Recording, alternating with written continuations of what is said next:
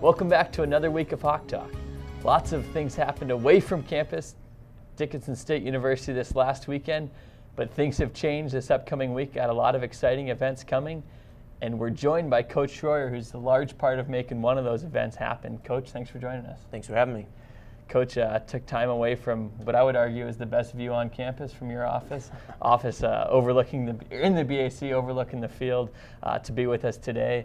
And the big thing we got coming up is the North Star Cross Country Meet is going to be hosted by Dickinson. Yeah, we're excited to have that here this weekend. Obviously, this weekend is Saturday, November the 5th. So, the North Star, we're hosting the meet this year, which is the qualifying meet for the national championship. So, the winning teams that win both the men's and the women's races on Saturday will advance then to the national championships on November 19th. So, we're excited to host that. Spent a lot of time out on the golf course. It's going to be at the Hart River Golf Course here in town. We're going to run there on the top 9 holes. So, we're encouraging everybody to come out and support us and cheer and be loud. And the race will start there on the ninth fairway, and then everybody will finish on the 3rd fairway. And basically, we kind of zigzag around there between the top 9 holes of the course. So, should be a good race. Time should be able to run pretty fast. Obviously, it's not too challenging of a course from what we've seen this year from other places that we've competed, and we're excited. The weather looks to be good too. So, now before we get too much into that, although we gave a lot of details there, take us through. We've talked earlier in the season. You kind of break the season down into 3 different segments. Can you just kind of provide the audience an understanding of how you see the season, the different segments, and how the team has done through those up until this point? Yeah, obviously the kids start training for the season over the summer, so what they put in over the summer really kind of highlights what they do in the fall to an extent. It takes scientific studies have shown it takes about 27 to 30 weeks to make any type of aerobic gains to your cardiovascular system, so that's hence why summer conditioning and training is very important. But we won't go into that here. We could speak for hours on some of that stuff. But so yeah, obviously summer is important. The kids come in, and then I kind of break down the season. How our training pattern is set up into 3 phases, like you said. We have kind of a general prep phase, if you want to call it, because there is some transition there from what the kids have done over the summer with what, when they come back as a team, what we'll do together as a group, and the pacing and the volume and stuff like that. So, that's depending on the length of the season. Obviously, that's the first third of the season. The second third starts into our competition phase, obviously, which is, the race, part of the season. And then, now we're in our championship phase where we want to be racing the best we can here at conference, and then, for those that can advance to nationals. So, that's broken up, like I said, into 3 phases, and we kind of set up our training and things like that accordingly. So far this year, teams fought through, the girls' side at least, has fought through a couple different injuries. What would you say has been the biggest adversity you guys have had to deal with? Yeah, well, in the last few years we've been challenged with our depth. Obviously, we've got 8 girls on our team, but right now 5 of them are active. Jade Sheffield came down with what was looked to be a stress fracture here right at the middle of the season. So that was a big hit for us because she's could be anywhere from our 2nd to 4th runner at most meets. So that that was really a big toll on our group. But we got Lisa Townsend back running for us. She didn't run the first few meets of the season because she tore her Liz Frank ligament during basketball season last year. So she's coming back from that. Obviously dealing with some changes there with her foot and whatnot, but she's raced with us. Her first race was at Jamestown, and then she actually took the last race off because Mount Marty course was pretty rough, and we didn't want her foot to be trying to be prepared then for the conference meet, so we held her out of that one. So like I said, numbers is a challenge. We're looking to obviously increase the numbers on our team because I think the depth and the strength of our team does come down to the numbers. Kind of a ball game there, obviously, with adversity and injuries and different things that, there's just a lot of things that can happen during the season. So, but, I'd say that's the biggest challenge. Everybody, for the most part, has been healthy all year. Everybody's set new PRs. The girls and the guys' teams all, really improved. If you're looking at what we did last year to this year and, the new faces we have in this year. So, I've been very pleased with that, and, where the kids are going, where our program's going. Obviously, we get more kids in here. That's only going to, compound the efforts and the success that we have, I think, so. Now, last year, Coach Schroyer was named North Star Coach of the Year, men's and women's. Both squads captured that North Star championship. and then the guys kind of transition to a lot of new faces. How is everyone meshing from the guys' perspective? Yeah, everybody's come together really well. That's something special I think our group has here at Dickinson State, is just how they're a team, they're a family. Everybody's very welcoming, the new faces and transfer kids that we have come in and whatnot. So, and I think that, goes a lot to do with our sport as well. But, everybody gets along well, and I think that's important when we train and when we compete, because if you got somebody lined up next to you on your team, you're going to, if you want to call it battle or war with them and your friends, and you've gone through all the thick and the thin together. I think that's going to help you compete better as a team, obviously throughout the races. So I think that's an important component. But with all the new faces from last year, we've got 3 guys back from the 10 that we had last year. So totally new group, a lot of new faces, and but everybody's come together really well. And we've got some good talent coming in, and looking forward to track season obviously too once cross country gets finished. But we got some things here to do yet, with the cross country season here in the next 3-4 weeks. So. Sure. Now, as we transition towards the big weekend at home, what are the advantages of hosting that conference meet? Yeah, obviously we're familiar with the course. If it was a really hilly course and really challenging, I think we'd have a little more advantage than we do now. Sure. Because we have been out on the course the last few weeks, and really appreciate the efforts that the Park and Recreation district here in town has allowed us to get out there, and they've allowed us to practice out there 2 or 3 times a week as well. So really appreciate that. The kids they've got out there, they know what to expect. They've ran it multiple times, and that's part of being comfortable with it. We've done some workouts on it as well, so they get the feel ahead of time on different segments of the course and how that's going to feel at race pace and different things. So that helps. So, there's advantages of that, obviously. The weather looks to be pretty good this weekend, and really everybody in our conference is used to the weather up in this neck of the woods. So that's shouldn't be any factor there, I don't think. So, and, the course is ready to go. It's really it's groomed well. Ground's hard, so it's got potential to run pretty fast. So. Alrighty, let's run through the fact sheets quick. Make sure everyone might have tuned in late gets all the information they didn't need to go out and support the Blue Hawks. 11 o'clock start time? Yep, that's correct. Men's Mountain first, time. Mountain time. Yeah, if we have anyone coming over. Yep. It's going to be Hart River Golf Course, the front 9, so you get to the parking lot. 9th hole, DSU golf, I got the golf part of it down. That 9th hole is that first green that you see right next to the clubhouse is where they're going to be starting. Yep. From there, what would you say is the best place to watch from as far as overseeing as much as you can? That's that was the purpose when I set it up, is to try to make it spectator friendly. We start on the 9th, we go out and we come back down the 3rd, and then we loop back up on the 1st hole, and then come back around the 1st again, and then back up the 2nd hole, and then back down the 4th and the 5th, and then we do go back along the 7th hole, which is going to be, that part won't be spectator friendly. Sure.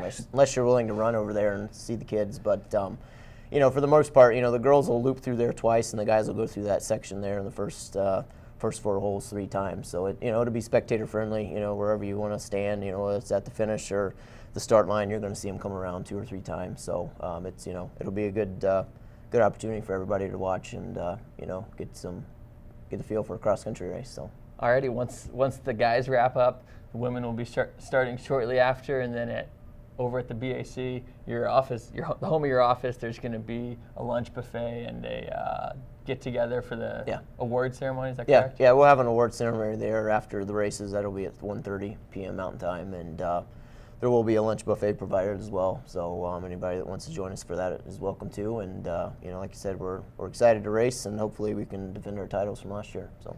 Once you get done there, make your way over to Scott Gymnasium for a triple header, starting with volleyball, then women's basketball, then men's basketball. But make sure you start your day early enough to get out there. 11 o'clock, Hart River Golf Course. Yep. Best of luck, Coach. Thanks, Nate. Thank you. We'll be back shortly and joined by some student athletes who are going to be the ones running the course that Coach Scheuer helped create.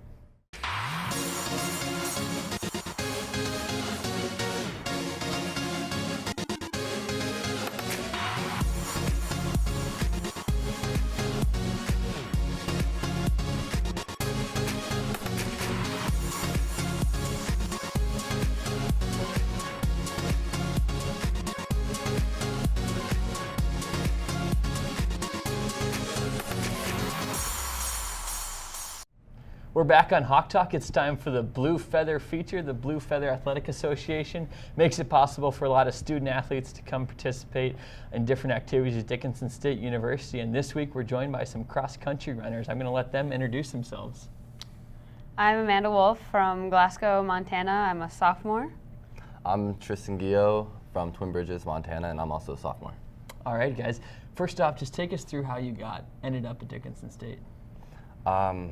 It was the end of my year. I was headed towards the Navy, and Coach Schroyer called me, and I really liked what he had to say, his goals for the team, his goals for the future, and so I signed without even looking at campus. I just signed on up and headed to Dickinson. There you go. That's a lot of faith. I came on a visit in January, I think it was, and saw the campus, met with Coach. Knew a couple of friends here, but I wasn't fully hooked on wanting to run in college, and also was like a leap of faith and just signed in April and really enjoyed it here and glad I chose Dickinson. All right, as cross-country runners, obviously running long distances makes up a lot of your time. So at what point did you understand that that was something you enjoyed? You know, you hear a lot of athletes hate conditioning, they hate this, they hate that about running. So when did it click for you at an early age or in high school, or that you were wanting to be a runner? Probably for me, it was in high school. My team back home had a lot of success, and we won a couple titles, and so that really made me want to get better as a team. And then coming to Dickinson, I wanted that too. You know, winning conference last year was like an extra push of wanting to keep doing it every year. For me, it was probably my sophomore year of high school, because my freshman year I did football and cross country because we were allowed to do that. And then my sophomore year of high school I just did cross country, and that's when I realized that I love the sport, I'm good at running, and I also love running. So. Alrighty, what's the most annoying thing your roommate does that really gets on your nerves? Oh my gosh, wow. My roommate snores really loud. Are you in the dorms? I'm in main campus apartments. Okay, so still you can hear it. Yeah. Same. I'm in main campus apartments, I mean. Probably we just have different schedules, so I go to bed really early and they go to bed really late. That's probably one of my little pet peeves, but.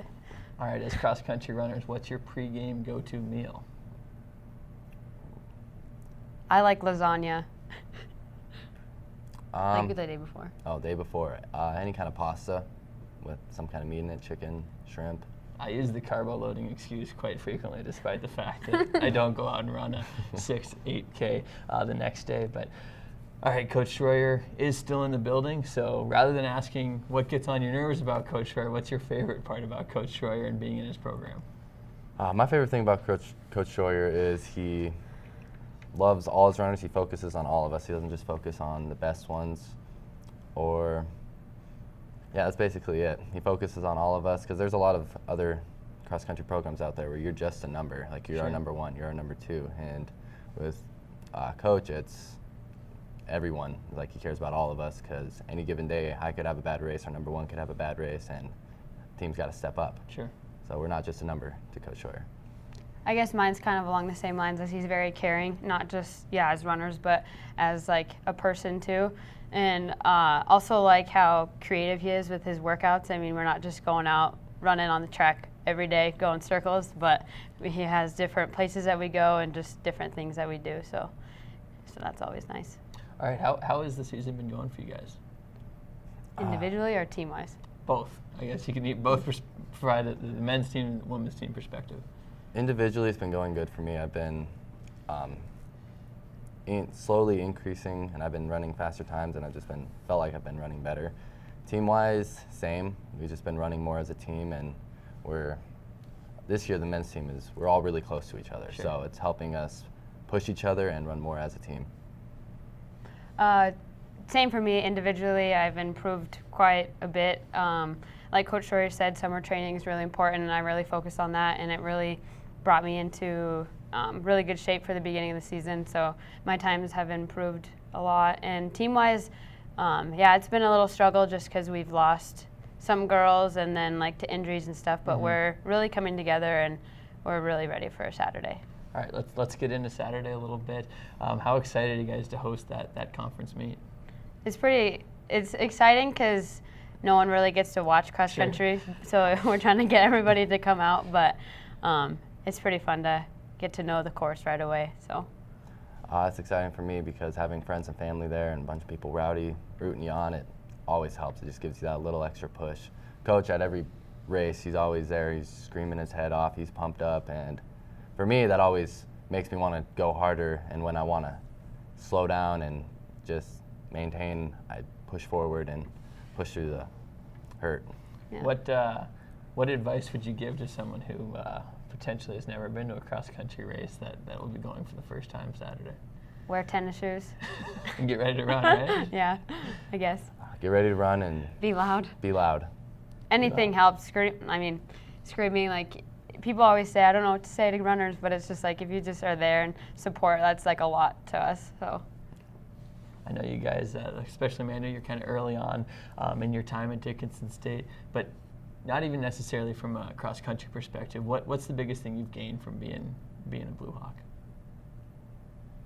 I feel like that I have a lot more friends and a lot more family here. I have a lot of friends that are on different athletic teams, and like football, baseball, basketball, and I feel like that just makes a greater sense of family. Sure. I feel like I've grown more like maturely. You know, everyone goes to college, you figure out what you want to do, and I just feel like as a person, just that next step in college, and you really got to focus on school and running. It's not something I never really did in high school, but still focused on running, but just same with friends and family. You get a lot more closer because you live with different people and you're surrounded by the same people every day. So, Coach Schroyer mentioned depth. Maybe a little bit of a concern. So what would you tell a potential student athlete thinking about coming and joining the cross-country team? What recruiting pitch would you give? I would tell them that we're very welcoming, we're fun. We always hang out with each other. And I don't know, our team, I've grown to love them. They're my family. I'd do anything for them. Doesn't matter what time they call me. If they need my help, I'd be there. Same if I needed their help.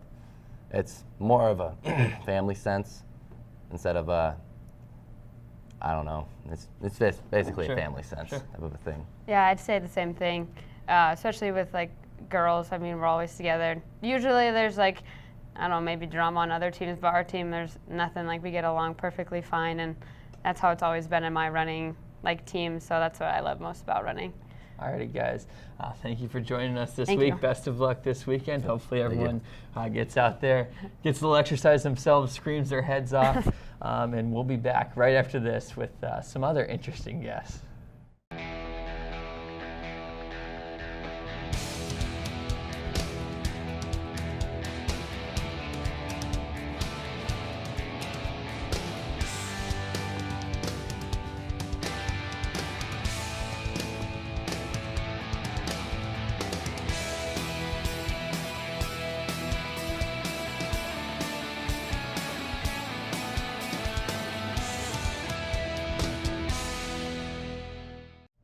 Welcome back to Hawk Talk. We're joined by some special guests from the Dickinson State University rodeo team. I'm going to let them introduce themselves, tell you where they're from, and what activities they participate in.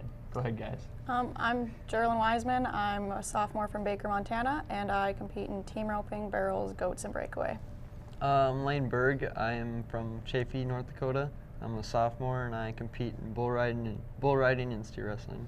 All right, we're joined by our rodeo guests because they have Cowboys and Candlelights coming up this weekend. But before we get into that and the importance of that for your guys' program, just kind of take us through the fall, how that season went, both individually and kind of as your respective teams, guys and girls.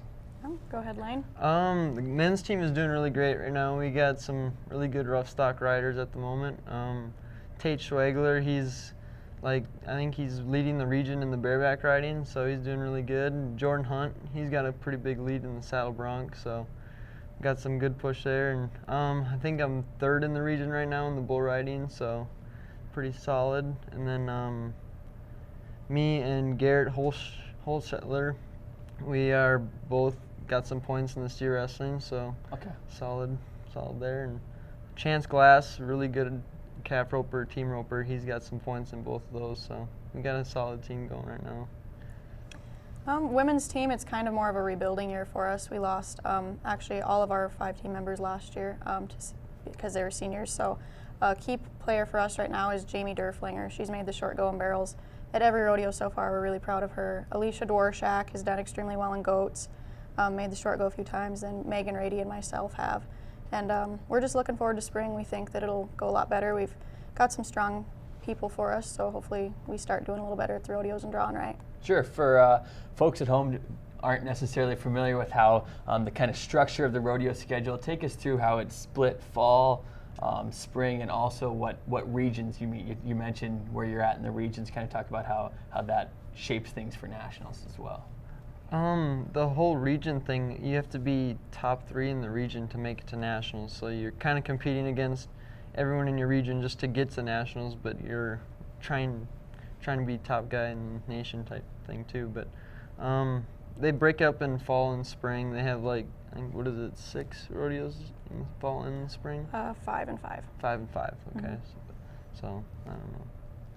For a lot of us who aren't rodeo people ourselves might not understand how you could build up the courage to get behind the bull. So I've never had the chance to interview a bull rider. So just first off, when was the first time you rode one, and how did you kind of convince yourself and get comfortable back there? I don't know. I started when I think I got on my first bull when I was 9 years old. My dad was a bull rider, so he kind of just showed me the ranks a little bit, and I just told myself I wanted to do that, be like my dad. So I don't know, just kind of kept going from there, and it's been working out. So There you have it. How did each of you guys end up at Dickinson State? A girl named Callie Post went to high school with me my last 2 years of high school when I moved there from Idaho, and she came here, and I started off roping with her last year, and I met Udell and the previous assistant coach, Jen, and I really liked them, and I thought they were both really good people, so I wanted to come here. Sure. I was from North Dakota, so the in-state was really a big thing, and I like Udell. Udell was a really good guy, and he's a good rough stock coach, so I figured I could learn something there too.